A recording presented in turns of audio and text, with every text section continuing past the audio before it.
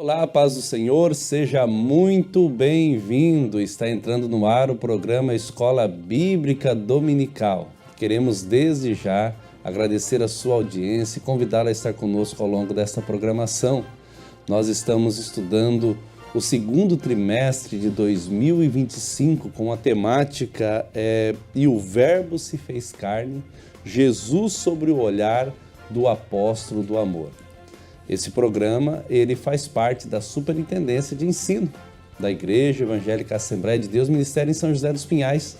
Tem como presidente pastor Ival Teodoro da Silva. E nosso desejo com essa pré-aula é que você, professor, você aluno, você que ama estudar a Bíblia através dos assuntos da Escola Bíblica Dominical, que você seja edificado, tenha um pouco mais de conhecimento, pois sempre nosso desejo é que você cresça em graça e conhecimento em nosso Senhor e Salvador Jesus Cristo.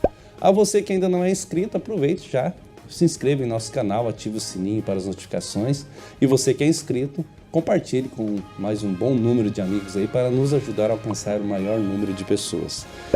A lição anterior nós estudamos a lição de número 2 com a temática O Novo Nascimento, pensando no capítulo de número 3 do Evangelho de João, e esse vídeo dessa pré-aula está disponível no nosso canal do YouTube, você pode acessar e ter aí a opção de ver todo esse conteúdo dessa pré-aula. Hoje a lição de número 3, a verdadeira adoração. Nós vamos hoje pensar no capítulo de número 4 do Evangelho de João, naquela conversa entre Jesus e a mulher samaritana. Então a lição de hoje, para comentar, nós tínhamos aí a previsão, como é de hábito, de 2 comentaristas, porém, um dos nossos comentaristas teve um imprevisto de última hora mesmo, né? Então, e a gente entende isso daí, e nós vamos aqui com a ajuda de Deus, a bênção do Senhor e a direção do Espírito Santo, trabalhar essa lição, junto com o nosso querido evangelista César do Pilar, né? Está pastor ali na de Eldorado. A paz do Senhor, irmão César. Pastor Evalci, pastor amigos, alunos e professores de EBD. Prazer estar novamente aqui com vocês. Que bênção, meu amigo. É muito bom tê-lo aqui. Lição de número 3, a verdadeira adoração.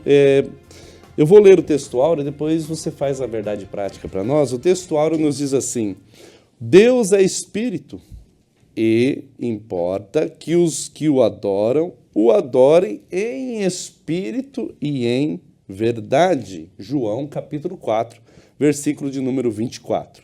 A verdade prática? Vamos lá então, a verdade prática diz assim: adorar significa viver em total rendição a Deus, entregando-nos plenamente a Ele.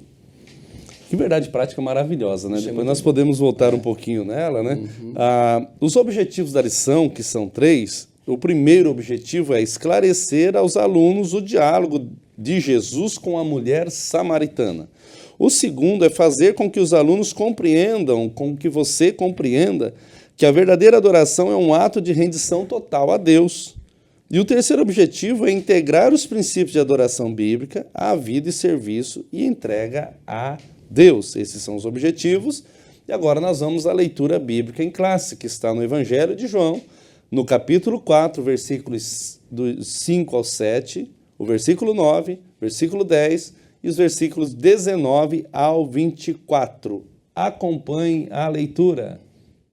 Foi, pois, a uma cidade de Samaria chamada Sicar, junto da herdade que Jacó tinha dado a seu filho José, e estava ali a fonte de Jacó. Jesus, pois, cansado do caminho, assentou-se assim junto da fonte. Era isso quase a hora sexta. Veio uma mulher de Samaria tirar água. Disse-lhe Jesus: dá-me de beber. Disse-lhe, pois, a mulher samaritana: como sendo tu judeu, me pedes de beber a mim, que sou mulher samaritana? Porque os judeus não se comunicam com os samaritanos. Jesus respondeu e disse-lhe: se tu conheceras o dom de Deus e quem é o que te diz, dá-me de beber, tu lhe pedirias e ele te daria água viva. Disse-lhe a mulher: Senhor, vejo que és profeta. Nossos pais adoraram neste monte e vós dizeis que é em Jerusalém o lugar onde se deve adorar.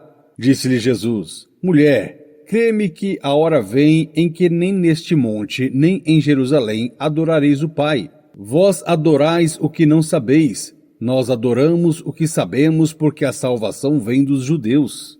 Mas a hora vem, e agora é, em que os verdadeiros adoradores adorarão o Pai em espírito e em verdade, porque o Pai procura a tais que assim o adorem. Deus é espírito, e importa que os que o adorem em espírito e em verdade. Após a leitura bíblica, nós vamos ao conteúdo da lição, né, e, na verdade prática, evangelista César, é muito pertinente. Adorar significa viver total rendição a Deus. Nós vamos desenvolver no segundo ponto dessa lição essa ideia, mas quando nós pensamos em rendição, a temática central dessa lição hoje é adoração, né? A palavra-chave é adoração. Sim. E muitas das vezes nós somos enganados ou até agimos de forma equivocada em relação à adoração, né? Começa por aqui, adoração significa viver em total rendição a Deus. Quer dizer, não é parcial, não é só no culto, não é só no momento que dá um start ali, um insight do Espírito Santo. César, em total, né? Como você pode nos definir essa total rendição? É um estilo de vida, né? É uma entrega. Inclusive, a imagem é muito sugestiva. Se você olhar na sua revista, eu até aqui vou mostrar a imagem, você está aí vendo na sua tela. Se você não tem essa revista, eu peço até você, né, que nos assiste, nos acompanha pelo canal do YouTube e outras plataformas, compre essa revista, se possível, da CPAD. Essa imagem é muito sugestiva, porque quando nós estamos em um culto, nós temos a questão de sempre levantarmos as mãos. Isso é interessante, porque isso é um sinal de rendição. Além de um sinal de adoração a Deus, é de elevar as mãos aos céus, no sentido de se conectar a uma divindade, é um sinal de entrega, dizendo a esse ser divino que nós cremos ser o nosso Senhor, o nosso Deus, de total rendição. Senhor, eu estou entregue. E trazendo isso para a vida diária, a adoração é uma entrega de todos os dias. Eu estou ali ouvindo um louvor, tendo uma vida com Deus, uma vida em consagração, uma vida que mostra quem eu sou diante dele, através das minhas atitudes, através do meu caráter. Então não é como muitos pensam que somente a música, ou somente o louvor, ou somente alguns requisitos que fazem parte desse bojo da adoração, vamos dizer assim, que são algumas vertentes. Inclusive nós vamos entrar nisso e vai ficar um pouco mais claro para você que nos acompanha que louvar a Deus não é só não é a totalidade da adoração isso. Nós vamos ver que adorar vai além do que apenas louvar a Deus. Louvar é uma das expressões de adoração, mas existem outras formas de adorar, né? Isso é interessante. Muito bem, né? É importante quando você fala de levantar as mãos, e é uma cultura nossa, né, principalmente da Assembleia de Deus, né, aquele ato de levantar as mãos em atitude de gratidão, de louvor, de glorificar a Deus e rendição, né? Bem prático isso, né? O assaltante, quando ele chega e coloca a arma, mãos ao alto. Então, quer dizer, você está totalmente rendido, não tem como se mover. Então, nessa aula, você aluno, você professor, você superintendente, você que acompanha o nosso canal, o nosso desejo é que o Espírito Santo, Deus Espírito Santo, ele toque em você de forma que você fique totalmente rendido a Ele, né? Então essa é a ideia. E olhando para o capítulo 4, que é do Evangelho de João, nós vamos ver essa conversa, esse encontro transformador entre Jesus e aquela mulher samaritana. Então, ao decorrer da lição, esse convite vai ficar sendo sempre uma mensagem subliminar ao seu coração, para que nós possamos nos aproximarmos de Deus com inteira sinceridade e humildade, com o coração totalmente rendido a Ele. A nossa introdutória diz assim: o ser humano sente a necessidade intrínseca de Deus. Com a leitura da passagem do Evangelho de João, capítulo 4, essa carência espiritual torna-se mais evidente. Você, professor, que vai dar essa aula, grife isso aí. Essa carência torna-se mais evidente. Aqui no Templo Central, estou superintendente aqui da Assembleia de Deus São José dos Pinhais, do Templo Central de EBD, e orientei na primeira aula que nós ministramos aos alunos e aqueles que nos assistiu, e deixo essa orientação a você mais uma vez, no nosso canal, leia o Evangelho de João. Muito bom. 21 capítulos. Muito bom. Se for fazer uma leitura aí dinâmica, você vai ler durante o trimestre umas 5, 6 vezes. Mas eu não quero fazer leitura dinâmica. Então pegue capítulo a capítulo. Gaste o tempo que for. E você vai ter ensinos, com certeza, o Espírito Santo vai inspirar e revelar coisas que você nunca viu na Bíblia, né? Então, olhando para esse capítulo 4, olha só que interessante, ainda na introdução. A partir do diálogo de Jesus e a mulher samaritana, podemos extrair ensinamentos valiosos sobre a adoração. Então, César, olha só, o primeiro ponto é o encontro em Samaria e 2 preciosas lições. Né? A necessidade, primeiro a gente vai olhar, e eu vou com o César aqui, sobre a necessidade de passar em Samaria. Sim. Depois nós vamos pensar juntos sobre a necessidade do ser humano. Sim. E o lugar de adoração a Deus, onde se deve adorar a Deus, né? Exato. César, a questão aqui primeiro de passar em Samaria. Tá, eu sei que você deve ter esses dados aí, mas eu adianto um pouco, né? Alguns dizem 2 caminhos, que havia de Judéia até de Jerusalém, de Judéia até a Galileia, né? Isso. Vamos arrumar aqui. Ali. Havia caminhos, né? Uns Sim. falam 2 rotas, outros 3. Sim. Mas as principais tratadas são as 2 rotas, né? E judeu que se preza não passava por Samaria. Não passava. Então, eu deixo contigo sobre essa necessidade que Jesus tinha de passar em Samaria. Isso é maravilhoso porque eu vejo o coração de Jesus aí. E quando se fala em adoração, a gente não pode tirar o coração dessa relação, porque é muito importante.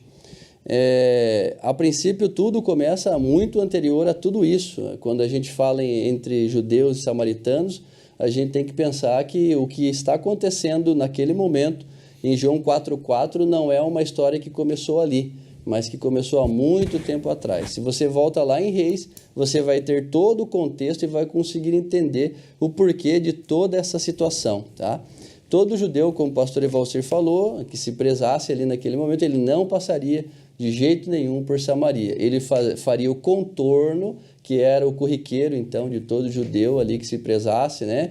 O judeu, vamos dizer assim, tradicional, ele não passaria. Inclusive, nem os samaritanos se davam com os judeus e nem os judeus com os samaritanos. Isso era algo de mão de via dupla, então existia esse ódio, essa rixa de ambas as partes, tá? Por quê? Porque lá atrás, na divisão entre os reinos, depois da morte de Salomão, fica Reino do Sul, Reino do Norte, e aí, depois da invasão assíria, em 722, o povo israelita, que seria o reino do... daí alguns não entendem, e por isso é bom você sempre estudar e trazer o contexto ao seu aluno, porque muitas vezes fala, mas todos são de Israel, todo mundo é nação de Israel, israelita, todo mundo é judeu, mas tem que se entender que até certo ponto, porque judeus, israelitas, Reino do Sul, Reino do Norte, efraimitas, são situações que é necessário entender contexto. Aqui nós temos Reino do Sul e Reino do Norte, e nesse momento, Reino do Norte aqui eram as 10 tribos, depois da morte de Salomão, e ali quando eles estão então sendo cativos pelos assírios, então isso acontece que essas 10 tribos ficam ali e são deportadas, são levadas cativas. Nesse momento, esse povo, que são os israelitas ali, e no outro lado ficou o Reino do Sul, Judá e Benjamim, eles estão de um lado em Jerusalém e aqui estão as 10 tribos, capital em Samaria, tá? E ali, então, depois que a Síria toma, leva uma parte para o reino assírio e uma parte fica em Samaria. Só que nesse contexto, o reino assírio conquista outras nações e começa a levar algumas outras nações para Samaria. E lá, alguns israelitas que ficaram ali, residentes ainda em Samaria, começam a se relacionar com outras nações. Então, eles vão se relacionando e ali vai se gerando, então, os samaritanos, que são relação entre o povo que era o povo de Deus, que ficou remanescente lá, e mais algumas nações estrangeiras. Então, eles se casaram, se envolveram com outros deuses e aí se torna então a nação samaritana, que é um povo mestiço. Em suma, em resumo, o samaritano, na visão do judeu, que é Benjamim, descendência de Judá e Benjamim, ele olha para o samaritano e diz: você não é um judeu puro, você não é um israelita puro. Inclusive Paulo fala isso, se for para falar de genealogia e se for para falar de pureza, eu sou um judeu realmente puro, veio de uma genealogia de tronco puro. Então, para os irmãos entenderem, os alunos, os professores entenderem. Então, existia essa rixa de tradicionalismo muito grande. Tá? Então, esse é o contexto. Por isso, Jesus, nele não passaria. E ali, na sua revista, vai dizer assim, que ele, apesar disso, ele evitava entrar. Mas existia uma missão muito importante. Aí que entra, gente, todo o trabalhar da parte do Senhor. Ele olha para aquela cidade e fala: poxa, eu preciso passar lá. É necessário.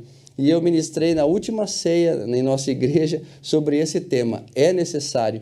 Então, o Senhor olha a necessidade humana, indiferentemente das situações que permeiam, inclusive, a vida dele. Ele colocou a sua vida em risco naquele momento para estar ou para passar, por aquela região onde ele era odiado. E aí, todo esse contexto, esse pano de fundo, depois eles tiveram um conflito lá na frente, lá quando da volta do exílio babilônico, os samaritanos quiseram fazer uma certa amizade com o povo que estava reconstruindo o templo de Salomão, e eles lá, Tobias e mais aquela turma, Sambalate ali, eles acabaram atrapalhando, e aí, mesmo assim, essa rixa permaneceu. Em alguns pontos, e eu já finalizo a minha fala aqui, mas eu quero destacar a missão, que é o ponto aqui alto, gente, e irmãos, alunos, amigos que vão nos ouvir, vão nos ver, o ponto mais alto é a missão que está aqui a caráter de Jesus. Essa mulher está sozinha, ao meio-dia, fugindo das pressões que existiam naquele momento, porque ela era uma mulher que fugia da sua própria vida, das suas próprias situações, uma mulher que estava ali com 5 maridos, uma mulher que vivia numa situação emocional fragilizada, difícil, perseguida pelos seus contemporâneos, rechaçada pela sua família. E aí ela se encontra com um judeu ao meio-dia, chega para conversar com ela.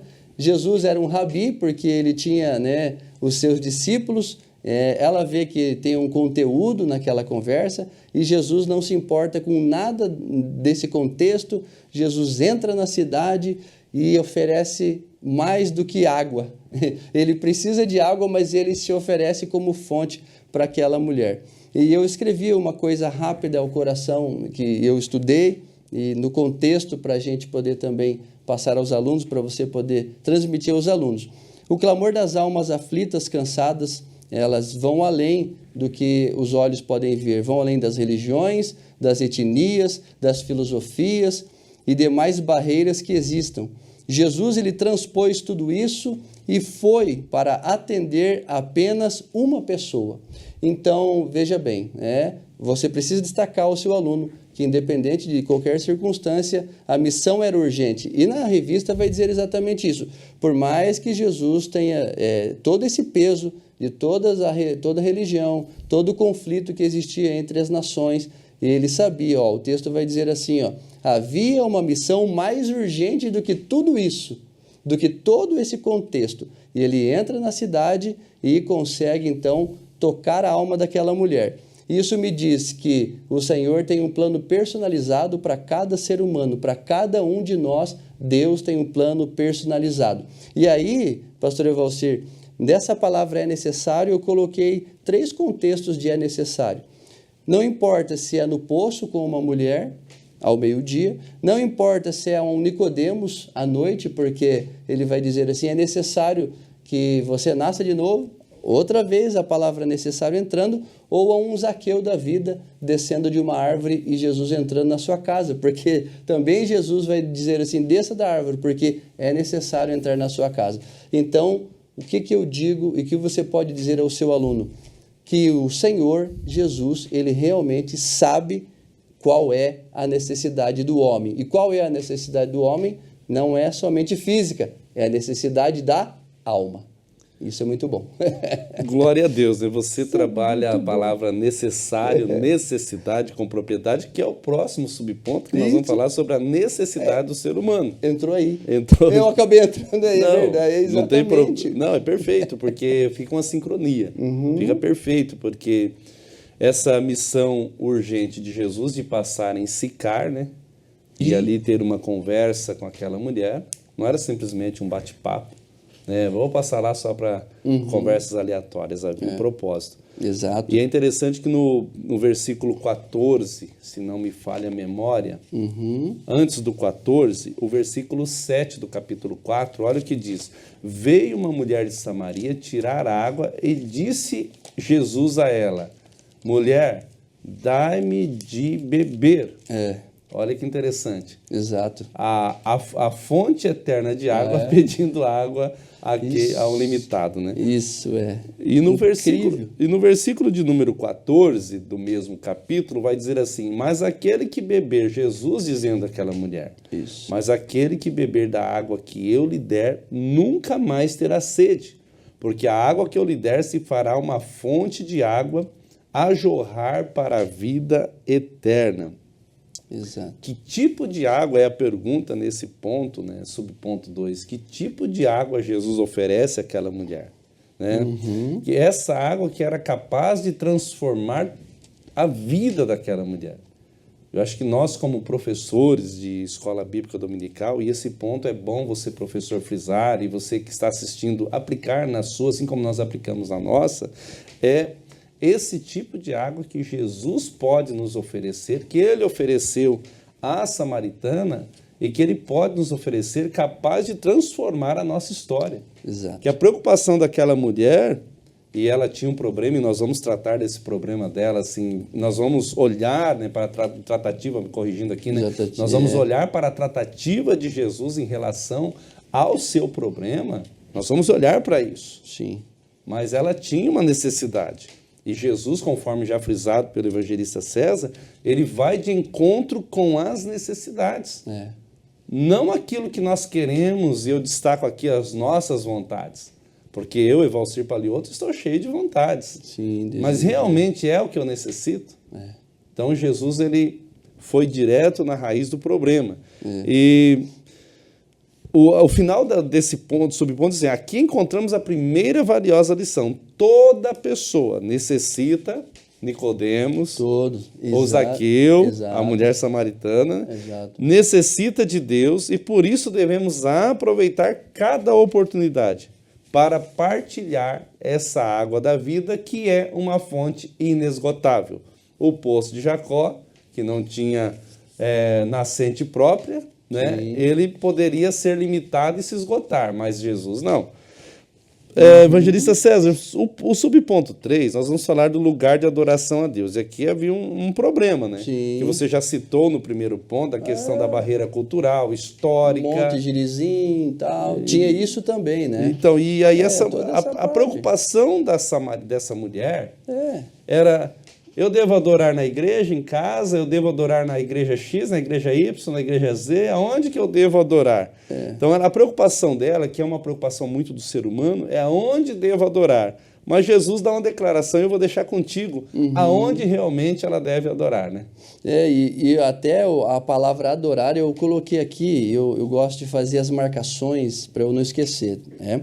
A primeira vez que ela aparece, e é bom você anotar isso na sua revista, ali no seu caderno de anotações, lá em Gênesis 25, capítulo 25, versículo 5, diz assim: então disse Abraão aos seus servos, ficai-vos aqui com o jumento, e eu e o rapaz, que é o menino Isaque, iremos até ali, que é o Monte Moriá, tá, no contexto lá, e havendo adorado, tornaremos a vós. É a primeira vez, pastor Evalcir e amigos, que a palavra adoração, ou adorar, ou tema, né, esse termo, melhor dizendo, aparece na palavra de Deus. Então, o que nós fazemos com a palavra adoração, ou o que nós temos na palavra adoração é entrega. Por isso que quando o senhor falou isso aqui, de entrega, o pastor Evalcir falou sobre entrega, eu quis deixar um pouquinho mais para cá para a gente entrar agora aqui, para a gente ter esse bate-papo exatamente nisso, para a gente levantar esse assunto. Porque quando a palavra adoração aparece aqui na palavra pela primeira vez, ela não aparece como um louvor, ela não aparece como música, ela não aparece como nenhuma outra coisa ou com nenhum outro tipo de item ou de um outro tipo de demonstração, a não ser como sacrifício, como entrega. Porque nesse momento Abraão está indo sacrificar o seu filho como holocausto. Então, nós precisamos entregar a Deus. Então, toda adoração é uma forma de entrega. Por isso, a nossa vida é uma forma de adoração. Por isso, não existe lugar. Porque senão eu tenho que parar a minha vida para adorar. Então, a minha vida precisa ser um altar. A minha vida é e deve ser um altar. Ela expressa tudo aquilo que eu sou diante do Senhor e as pessoas vão me ver como um adorador, né? Como um servo de Deus. E se não for assim, então eu não sou um adorador, porque o texto é claro, ele vai dizer no 23 e 24 que ele busca pessoas, né, que adorem em espírito. Por que em espírito também? Porque essa facilidade da adoração veio através do Espírito Santo, porque existia um templo, lembra? A mulher falou, Jesus, daí, vocês falam que é no templo, nós falamos que é no monte. Puxa, é um lugar físico. Então, se eu não posso estar no lugar físico, então como que eu vou adorar? Aí Jesus veio, a morte dele, a morte iria, né? Iria facilitar tudo isso, e ele está falando, e o autor vai falar, é futuro, é presente, futuro, né? Né, claro, não passado, porque não? Mas ali, para aquele momento, ele falou, vem a hora e já chegou. Eu estou dizendo para você que eu estou aqui te afirmando, é para esse momento para você que eu estou revelando, e ele se revelou como Cristo, mas logo, logo também, quando eu concretizar tudo aqui, porque já está concretizado, porque foi antes da fundação, mas quando eu finalizar o consumado na cruz, o Espírito Santo vai vir sobre vocês, e aí esse Espírito habitará em vocês, e tudo isso vai acontecer para todos aqueles que se dispuserem a isso. E aí sim, essa adoração. Então, irmãos, todos nós, né, todos os crentes somos morada do Senhor. Então, você está levando a presença do Senhor para onde você for. Por isso você é o altar, você está adorando. Por exemplo, eu trabalho hoje, sou um PJ. Se eu fizer o meu melhor trabalho, apresentando a minha melhor palestra hoje, eu fui dar um treinamento hoje pela manhã. Eu fui, inclusive, eu acabei compartilhando coisas do Senhor, descobri lá um crente no meio, um cristão no meio e tudo mais, mas desenvolvi a minha melhor palestra. Eu adorei a Deus com o meu trabalho. Fui profissional, fui técnico? Sim, mas eu fiz o meu melhor. Eu adorei a Deus com o que eu fiz. Então, é um estilo de vida. E Deus procura pessoas assim. Então, a gente não precisa se desvincular. E sabe o que Deus falou comigo quando eu vinha? Eu falei assim, né? Poxa, Senhor, eu estava pensando em adoração. Como eu vou ser adorador num mundo tão corrupto? Mas como alguém, né, pode ser, viver num mundo tão difícil e ser um adorador ou buscar santidade? Através do Espírito Santo, através dessa interioridade, desse interior que existe em nós, que é o Espírito de Deus. Ele fez isso para dentro de nós já. Você pode estar no ambiente mais difícil que exista, mas você está lá com Ele, e você pode ser um adorador ali. E aí sim, você vai, né, expandir isso para fora e as pessoas vão notar. Você vai ser um influenciador. Isso é importante. Você cita no início sobre estilo de vida, né? O adorador é um estilo de vida. Então, esse autêntico culto, agora Jesus está dizendo, não é mais um Monte Gerizim nem Jerusalém. Agora é em espírito e em verdade. Nós olhamos hoje, e é uma aplicação muito importante que precisa se passar, e é bom que o professor frise isso. Primeiro, duas palavras aqui, adoração e necessidade. Necessidade também está se destacando muito, né? Tá. A palavra necessidade. É verdade. Uhum. Nós temos a necessidade de adorarmos nesse formato do diálogo que Jesus está orientando essa mulher, porque a adoração verdadeira, ela satisfaz, está na lição isso, as necessidades humanas, né? Exato. Eu posso estar com dores no corpo, eu posso estar com dores em outras partes, um sentimento de tristeza, uma decepção, uma frustração. Mas quando eu entro na esfera da adoração, os problemas existem, sim, a doença existe, só que a presença de Deus e aquele momento de comunhão é tão íntimo que aquilo transcende toda aquela realidade. Então, por isso que é importante, nós precisamos orientar nossos alunos, e você que nos assiste, a sempre sair do natural. sempre sair da esfera natural, porque o natural é o mundo que vivemos, é o mundo dos homens, mas existe um mundo sobrenatural, Exato. que é transcendente, que é maravilhoso, onde Deus quer se revelar. Então, um verdadeiro adorador, ele vive continuadamente em um estilo de vida Exato. nesse mundo sobrenatural, com os pés aqui na terra, porém a sua cabeça sempre ligada no céu para fazer a vontade de Deus, como Jesus disse, em espírito e em verdade. Isso né? é maravilhoso. O segundo ponto da lição, nós olhamos então para esse primeiro ponto, voltando aqui, o encontro de Jesus com a mulher de Samaria e suas preciosas lições. Né? Nós olhamos para a questão geográfica, a necessidade de passar por Samaria, a necessidade do ser humano, e também olhamos para o local, né? Aonde se deve adorar conforme Jesus orienta. Agora, no segundo ponto, o ensino de Jesus a respeito da verdadeira adoração. A adoração, Jesus e a verdadeira adoração, são dois subpontos importantes aqui para olharmos. Né? O tema central da lição, nós já citamos, é a adoração, e é interessante que a gente vai para o Evangelho de João, capítulo 4, que foi lido na leitura bíblica em classe, o versículo 14, olha só o que Jesus vai dizer, né? Mas aquele que beber da água que eu lhe der nunca terá sede, porque a água que eu lhe der fará com que nele jorre uma fonte para a vida eterna. Glória ao nome de Jesus. Agora olhe para o 24.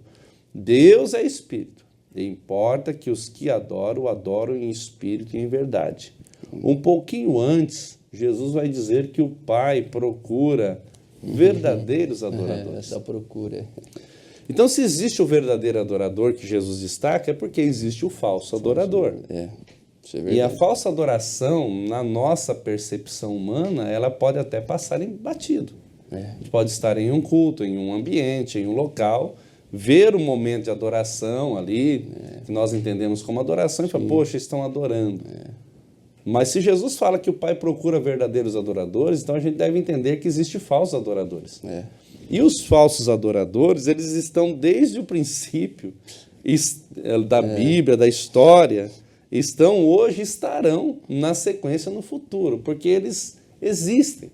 Eles são mensageiros e ferramentas do inimigo, ou como Jesus vai falar da parábola do joio e do trigo, Jesus vai fazer a tratativa, né? E quem tem que desenvolver para tirar e separar a palha do joio do trigo é o Senhor da seara, mas eles são iguaizinhos, né? Joio e trigo são idênticos. O que diferencia é o conteúdo interno.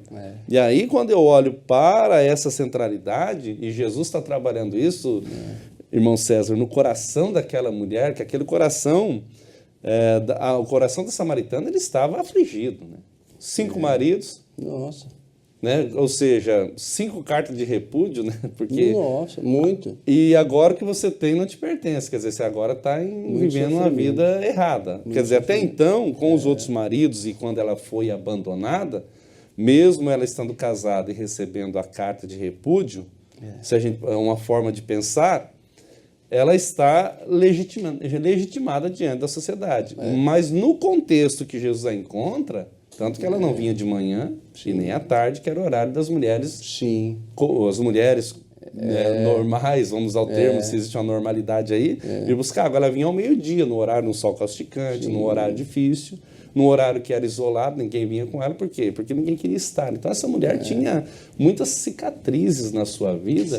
E ela agora tem um encontro com Jesus. Por isso que eu estou falando de joio e trigo, né? E Jesus, ele que conhece o nosso coração. Quando nós falamos em verdadeira adoração, não adianta eu querer achar, César, que eu engano a Deus. Deus não se deixa enganar. Ele conhece, ele nos conhece por dentro. Então, a verdadeira adoração, ou adoração, o termo aqui, ó, Jesus, ao afirmar que Jesus oferecia água viva aos que têm sede, que está na lição, Jesus referia-se a uma vivência espiritual que se daria no interior de cada indivíduo. A água que eu lhe der tornará nele uma fonte a jorrar para a vida eterna. Tessalonicenses, na primeira carta que Paulo escreve a eles, capítulo 5, verso 23, se não me falha a memória, vai dizer: e o Deus de paz vos santifique em tudo, e todo o vosso espírito, alma e corpo. Completo, né? Seja plenamente conservados e irrepreensíveis para a vinda do Senhor. Ele começa de dentro para fora, né? Todo o vosso espírito, alma e corpo. Não é do externo para o interno, é de fora, de dentro para fora. Então, a adoração, ela traz esse, como você já citou, esse bojo na totalidade. É um estilo de vida, é uma vida com Deus, é uma vida de vivência espiritual continuada com o Senhor. E, César, agora a gente entra no segundo subponto. Jesus e a verdadeira adoração, né? Que a gente fala sobre adoração no grego proskuneo, né? Que tem até anotado aqui, que é o ato de se curvar, de se render a uma divindade ou uma entidade superior. No nosso caso, nós nos rendemos e nos curvamos ao Senhor, nosso Deus, né? Ato de devoção, reverência, amor a Deus, que envolve o coração, mente e alma, ou seja, espírito, alma e corpo. Ok. Agora, Jesus e a verdadeira adoração, que é o segundo subponto desse ponto 2. César, o Senhor Jesus por si só, ele é a base, né? Ele é a verdadeira adoração. Aqui Deixa contigo. Isso é maravilhoso, né? E até, pastor, só para colaborar com essa questão do Senhor, os samaritanos tinham essa questão da falsa adoração muito forte, né? Porque inicialmente eles fizeram tudo semelhante lá, né? É verdade. É interessante isso, né? Até o professor, até para puxar fazer um paralelo lá, dá para fazer até um quadro de repente, verdadeira adoração e falsa adoração ali, porque lá eles fizeram exatamente tudo igual para o quê? Para que o povo não fosse adorar em Jerusalém. Logo depois da queda dos dois reinos, em Samaria, eles colocaram um sacerdote, Deus e tudo mais, né? Para a questão, né? Uma adoração falsa e uma adoração verdadeira, né? Mas Jesus é a nossa base de adoração. Então, realmente, Deus sonda, e eu gosto se não me falha a memória também, 2 ou 1 Coríntios 2,16, ele vai falar, 2,11, que o Espírito, ele perscruta, ele sonda o nosso interior, né? Ele sonda a nossa alma, os nossos sentimentos, o nosso entendimento, ele sonda. E o Senhor, melhor do que ninguém, conhece o nosso interior. E o Senhor é a nossa base como aquele que é o verdadeiro, né? E eu gosto de grifar aqui as coisas, né? E exatamente isso que o Senhor falou, o Senhor Jesus, por si só, é a base a base para essa adoração genuína. Genuína traz a questão do novo nascimento. Só pode adorar verdadeiramente a Deus aquele que é o novo nascido. E eu volto lá na necessidade, como eu no início falei, do novo nascimento. Então, é necessário o novo nascimento. Inclusive, no livro de apoio, né, você pode conseguir também, livro de apoio da CPAD, eu tirei aqui uma frase que diz assim: quando Jesus diz, Deus é Espírito, essas palavras indicam que Deus é de natureza espiritual. Se a obra da regeneração fala da nova natureza recebida do Espírito Santo, entendemos que o novo nascimento é a base da adoração. Então, primeiro, para que nós tenhamos contato, e aqui eu falo de conexão, o contexto do diálogo com essa mulher era de primeiro contato de nascimento também. Jesus veio mostrar para ela que era necessário ela beber dessa água da vida para que ela pudesse partilhar então dessa vida nova. Porque se ela não bebesse desta água da vida, ela não poderia partilhar de uma nova vida. E Jesus estava ali como a nova vida e a fonte da vida para aquela mulher, para trazer uma nova vida para ela em todos os âmbitos. Porque ela não resolveria a sua vida se ela não ali bebesse da real fonte que se apresentou a ela naquele dia. Além da sede, Jesus, como homem, ele estava com sede, claro, mas ele veio e se apresentou como realmente a fonte que iria saciar a sua alma, e trazer ali paz e sossego à sua alma, a tudo aquilo que o pastor Evalcir falou, as cicatrizes, aquela cura que ela precisava na sua alma, como nós vemos hoje. E até eu coloquei aqui, veio também uma ilustração ao meu coração, à minha mente, que se a gente se deparasse com, se você estivesse andando por muitos dias, vamos dizer que você está ali numa mata, um lugar distante, e você está ali com muita sede, e você se depara diante de um córrego, né, ou de um lago, ou de uma fonte de água, e você não tem balde, você não tem copo, você não tem recipiente apropriado, você não tem nada. Será que você buscaria métodos, maneiras, estratégias? Você ficaria buscando, puxa, será que eu não tenho um copo agora? Eu não tenho uma jarra? Eu não tenho um método para eu tirar essa água da melhor forma? Essa mulher, ela estava assim, religiosamente, na sua mente, pensando em como deveria contatar a Deus. Como que eu contato a Deus religiosamente? Essa mulher aprendeu que através da sua religião, ela contataria a Deus, mas em nenhum momento ela teve contato real com esse Deus que ela aprendeu na sua religião. E muitas pessoas hoje, talvez, que vão nos assistir, e o professor pode até colocar isso na sua aula e trazer esse assunto, que muitos em nosso meio hoje estão apenas vivendo religiosamente, e nós vamos entrar num contexto aqui também do fariseu e da mulher pecadora. Eu não quero entrar muito aqui, me aprofundar, porque é o próximo passo, só dando uma leve pincelada. Mas ela estava religiosamente se preocupada com profundidade de poço, com o Senhor não tem balde, como o Senhor vai tirar a água daqui? E ela preocupada, e Jesus se apresentando como fonte de tudo, contando da vida dela, e ela preocupada com água.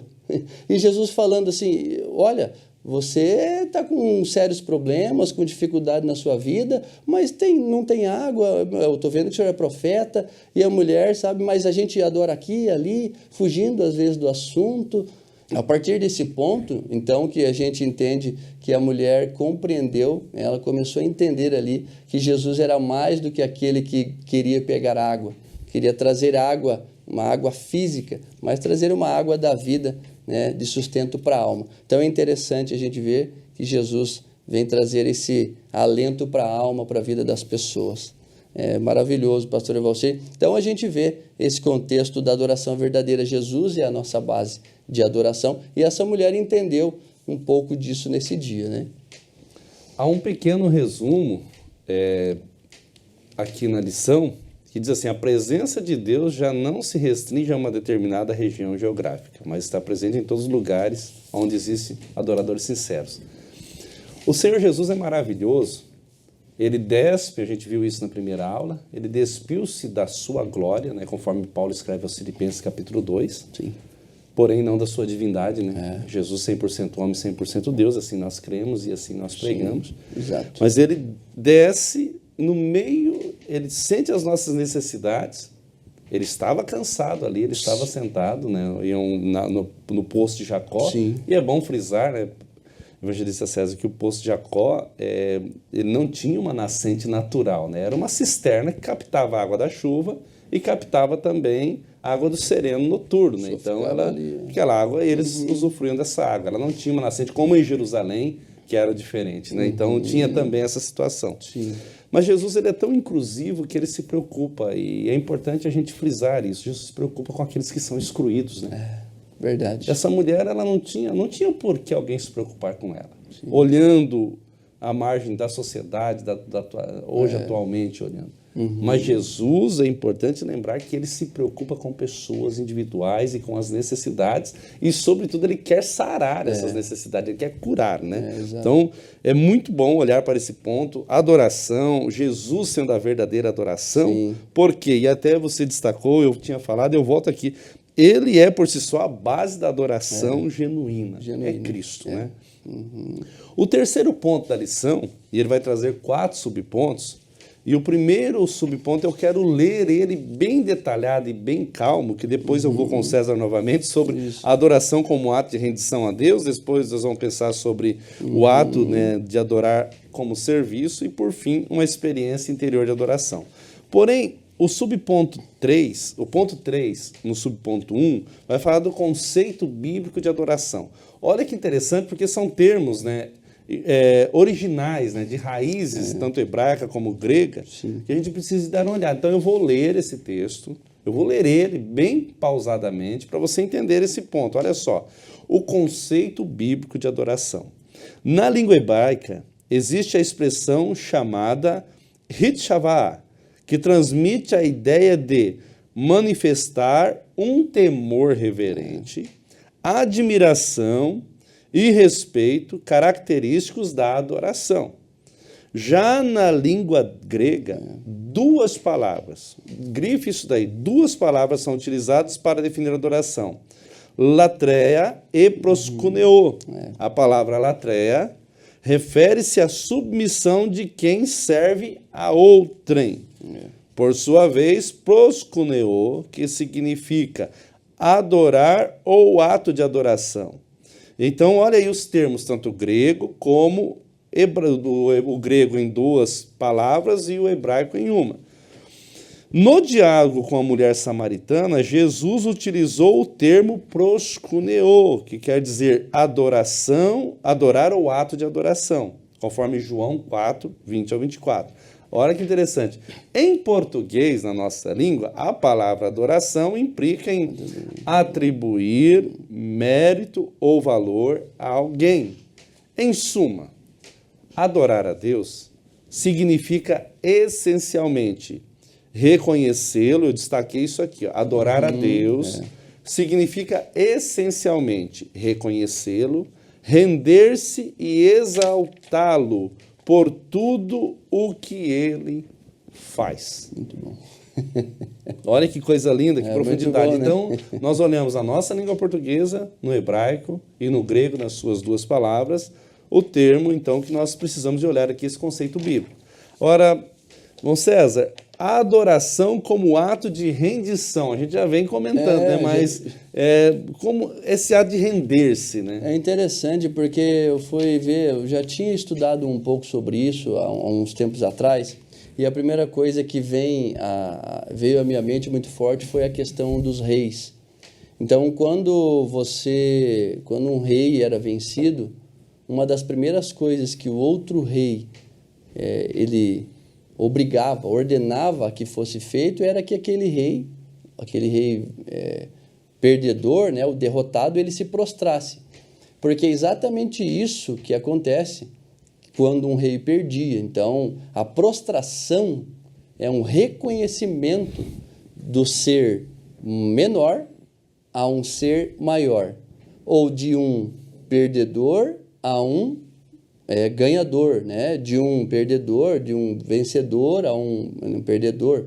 Então, veja, quando nós nos prostramos, por exemplo, em oração, nós estamos adorando a Deus, estamos dizendo a Ele, vamos dizer assim, fisicamente, por exemplo, quando eu me ajoelho, eu estou me prostrando ao Senhor em oração, eu estou adorando a Deus, dizendo a Ele também, com a minha maneira de orar a Deus, falando a Ele: Senhor, eu me prostro diante de Ti, reconhecendo que Tu és majestoso, Tu és o Todo-Poderoso, Tua soberania, ela está sobre a minha vida, sobre a minha casa, sobre tudo que eu sou, sobre tudo que eu tenho. Eu não tenho o poder, quem tem todo o poder é o Senhor sobre mim, o Senhor que tem todo o governo. Então, quando eu me prostro, eu digo tudo isso com essa prostração. Então, eu busquei isso e diante desses reinados, né? Falando de reinado, a prostração significa isso. E aí, a gente acabou de ler exatamente isso. É um reconhecimento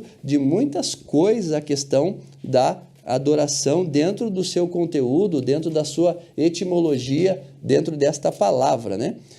Outra coisa também, você vai lembrar comigo, Mateus 4:4. A tentação de Jesus. Jesus sai cheio do Espírito Santo após ser batizado pelo último Espírito profético, João Batista. Sai dali, né? Fica todo constrangido em batizar o próprio Messias, mas para que a palavra se cumpra, Jesus fala: faça o que tem que ser feito. E ele sai cheio do Espírito Santo e já é impelido pelo Espírito Santo mesmo a ser, então, tentado pelo adversário. E qual é a intenção? Uma das tentações, uma dos ardis do adversário era o quê? Se prostrado me adorares. A intenção do adversário era derrotar o Senhor no quê? Na prostração. Porque se o Senhor se prostra diante dele, é a mesma coisa se você olhar para o contexto. Também preguei sobre isso, irmãos, né, amigos que nos assistem, colegas de ministério. Daniel, né? Por que Daniel foi lançado, né? Por que os meninos foram lançados, né? Sadraque, Mesaque e Abidnego, por que foram lançados na fornalha? Porque não se prostraram. A prostração é um reconhecimento em adoração a alguém ou alguma divindade. Então isso é muito forte para nós, né? Eles não negaram a sua fé porque não se prostraram diante daquilo que eles não acreditavam. Então, olha que interessante. Aí Jesus, voltando ali para o Novo Testamento, né? Isso é muito forte. Jesus falou assim, ó, você vai adorar, né? E a adoração é digna de somente a um só Deus. E ali dessa palavra, e esse foi o último momento, porque fechou com esse momento de adoração. E o diabo sai daquele momento e vai da presença do Senhor. Teve os outros 2 momentos, e esse é o terceiro momento, o momento mais alto ali, que é o último momento da tentação. Então, o ponto mais alto e o ponto final, porque o diabo, dentro da sua soberba, e outra, a gente vai para a história também, pastor Valcir, os imperadores romanos eram adorados. Né? Os imperadores romanos, na sua loucura, eles eram adorados como deuses. Então, olha só, todo esse sentimento, né? Quando um imperador romano passava, as pessoas faziam o quê? Se curvavam. Então, olha só, todo esse sentimento. E aqui, dentro da etimologia, uma das palavras é encurvar-se também, né? Então, quando nós nos prostramos, a Bíblia fala também lá em, se não falha a memória, Filipenses, né? Que todo joelho se dobrará, né? Filipenses 2 vai falar isso, né? Ao final de tudo, todo joelho se dobrará. Então, forçadamente, né? Nós, por livre e espontânea decisão, graças a Deus, nós nos dobramos diante do Senhor, né? Vai dizer que Gideão, né? Gideão trouxe a Arca da Aliança e colocou diante de alguns deuses, né? Que existiam, melhor, foi levada a Arca da Aliança, né? E os filisteus, se não falha a memória ali, um povo estrangeiro colocou diante de alguns deuses, os deuses se prostraram ali, estavam prostrados diante da arca. Por quê? Porque era a presença do Senhor. Então, a prostração, ela fala da adoração. É muito forte, pastor Valcir. É interessante, você citou ali, vou situar aí, quando os filisteus levam a arca, está lá em Samuel. Eles colocam no templo do deus Dagon. Dagon, exato. Dagon. Bom, ótimo, isso mesmo. E aí, assim, vai para a história, primeiro livro de Samuel, capítulo 4, 5, 6 ali, que tem uma história maravilhosa. Ali. Até uma estátua inerte, inanimada, ela se curva, né? Diante de Deus. É forte isso, hein, pastor? Imagine que coisa. No outro dia, isso que eu fico pensando, no outro dia as pessoas chegando diante daquilo animado, dobrado ali. Olha que coisa. E a gente que tem tanta aí, flexibilidade, né? Consciência, né? Verdade. Pastor César, é interessante olhar para isso e a adoração como rendição, né? Rendição, Não nos rendemos a outro. Não, exato. Agora, a adoração como serviço. É interessante pensar como serviço a Deus. Eu diz assim, ó, o serviço a Deus está profundamente associado à adoração. A vida, você começou bem, nós começamos bem, a vida como estilo de adoração, a adoração como estilo de vida, ela nos faz viver propósitos de chamada de Deus diferentes. Por quê? Porque o serviço a Deus, e o serviço a Deus não é só a nomenclatura ministerial, que nós temos que ela hierarquicamente é necessária para a organização das denominações, isso é importante, mas há pessoas que não têm um título, mas ele tem um serviço maravilhoso, um serviço, como diz assim, honroso diante de Deus, a sua forma de trabalhar. Sim. E isso é adoração. O que me preocupa muito, o serviço que prestamos a Ele, ou seja, cumprir os propósitos que Ele tem para nós, exige uma entrega total de nossa vida. E eu, quando estudava a lição, aprofundava nesse assunto, meditava, eu fiquei pensando, quando hoje você está pastoreando a congregação, já pastorei, hoje estou auxiliando o Templo Central, as pessoas que chegam, estou entregando o meu cargo. Né? E a pergunta sempre que eu fazia, você orou? Você já falou com Deus sobre isso? Porque não sou eu quem chamo. Eu sou apenas aquele que direciona, que facilita o caminho para vocês. Exatamente. Porque cansar, todos nós cansamos. Jesus se cansou e parou à beira de um poço para tomar água. Claro que havia um propósito muito além daquilo que nós imaginamos, mas Jesus se cansa.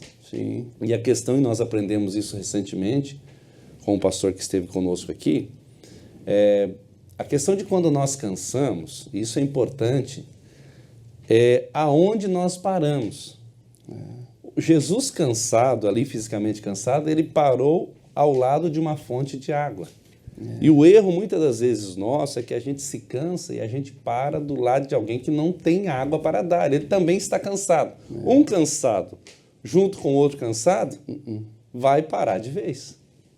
Então, é essa questão que é importante. Se você que está nos assistindo, professor, superintendente, aluno, irmão em Cristo, você que nos acompanha, se você está cansado do que você está fazendo, o seu serviço, entenda a partir de hoje que o seu serviço é um ato de adoração a Deus. Então, encoste diante de uma fonte que possa jorrar água. No caso aqui da samaritana era Jesus, mas há pessoas que você vai conhecer que são amigos, que podem lhe auxiliar. Seu líder, o seu pastor, ou aquela pessoa que exerce influência sobre você, o esposo, a esposa, né, para os filhos dos pais, às vezes até o próprio filho para o pai. Então é importante a gente pensar que o nosso serviço, seja qual ele for, para Deus, ele é um ato de adoração. Se você está cansado, não pare do lado de outro cansado. Não vá com aquele que já está querendo parar. Vá numa fonte que tenha água verdadeira. E a fonte verdadeira é Jesus. Paulo vai escrever, e está aí sugestão na lição, Romanos 12:1. Rogo-vos, pois, irmãos, que entregueis vossos corpos em sacrifício vivo, santo e agradável a Deus.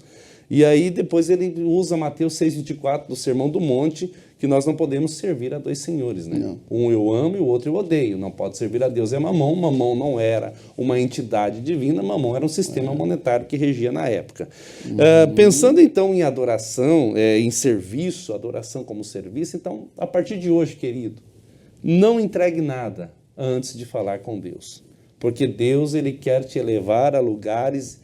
Jeremias 33:3. Clama a mim e eu vou te responder coisas firmes e grandes que você não sabe. Ou seja, Deus quer te levar a locais, Deus quer te levar a patamares sobrenaturais maravilhosos. Então, comece a pensar nisso. Irmão César, uma experiência interior de adoração. Que é a gloriosa presença de Deus que satisfaz as carências das pessoas. Mas eu deixo aí uma consideração final contigo, nós já estamos partindo para o final desse programa, mas sobre esse subponto 4, uma experiência interior de adoração. O salmista vai dizer no Salmo 42, né? A minha alma tem sede do Deus vivo, né? Ai, que coisa gloriosa. E eu falo dessa aí, o senhor falou tudo aí, essa profundidade, né?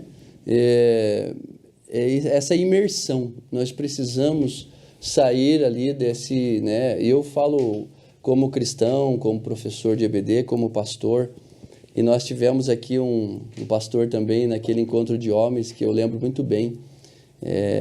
Quanto tempo nós temos com Deus hoje? Quanto tempo nós podemos fazer essa pergunta dentro desse contexto aqui, dessa experiência interior de adoração? Quanto tempo, né, nós temos com o Senhor em oração, em adoração, em intimidade, porque quando eu falo de adoração, eu falo desse momento, eu até marquei dessa real conexão, né, com o Senhor. E todo ser humano só vai ter essa real conexão ou essa reconexão quando ele realmente aceita Cristo como Senhor, e a cena de tudo isso que nós falamos é do encontro de Jesus com esta mulher, né? Essa mulher ali no poço, trazendo as suas situações, a sua vida, e o Senhor oferecendo ali a sua própria vida como a fonte da vida. Então, nós precisamos cada vez mais nos aprofundar nele, nós que já somos cristãos, e aproveitar aqui para fazer esse convite a todos que nos assistem, que ainda não receberam esse Cristo, a receber, e também aos alunos, a nós nos aprofundarmos, professores, cada vez mais nessa experiência interior. Muito bem destacado, inclusive, o título, como o senhor falou, de dentro para fora, no Espírito Santo, né? Nesse Cristo, nesse Senhor. Eu acredito que seja essa realmente a nossa essência da aula de hoje, nos aprofundar, beber desta água da vida e saciar a nossa alma. Glória a Jesus, né? Talvez essa vida sem sentido que alguém está vivendo é por falta dessa profundidade. Exatamente. Evangelista César, obrigado por estar conosco hoje, reservar esse tempo, foi muito bom. Amém. Eu creio que para aqueles que estão aí do outro lado da telinha está sendo melhor ainda, Deus te abençoe. A conclusão nos diz assim, O capítulo 4 do Evangelho de João revela duas valiosas lições. A primeira, que todo ser humano possui uma necessidade a satisfazer, a necessidade de Deus.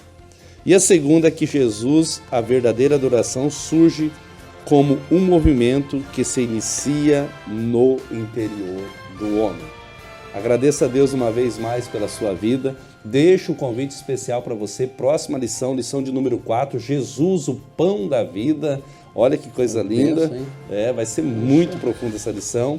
Também você pode acessar esse programa através do nosso canal do YouTube, Escola Bíblica Dominical SJP, plataformas digitais, a TV Mão Amiga, né? Você pode também acessar esse programa durante a semana das 15 às 16 horas. Falando em TV Mão Amiga, você pode abaixar o aplicativo da TV Mão Amiga aí no seu aparelho móvel. Você tem aí uma programação cristã, sadia, de qualidade, 24 horas. Na palma da sua mão, na sua Smart TV, assistindo aí sempre os nossos programas ao vivo, essas programações que a gente leva até você. E também pelo canal 524 da NET Claro, você também assiste a TV Mão Amiga. Vamos orar a Deus, agradecer a Ele por esse momento? Pai, em nome de Jesus, eu te agradeço uma vez mais por essa aula que hoje, Senhor, nós estamos levando até nossos queridos que estão nos assistindo. Pai, eu peço a Tua bênção sobre o meu querido irmão César, Pai, pastor, que dirige a congregação da Del Dourado, aquela linda congregação. Abençoa a TV Mão Amiga, nosso pastor presidente, nossos pastores, a Secretaria de Educação Cristã. Estenda as Suas mãos sobre os Teus filhos que estão sendo alcançados através dessa programação, abençoando, prosperando e dando um dinamismo de adorador, que ele faça com que a adoração seja em sua vida um estilo e não somente um momento. Pai, assim eu oro e te agradeço em nome do Senhor Jesus. Que Deus te abençoe em nome de Jesus.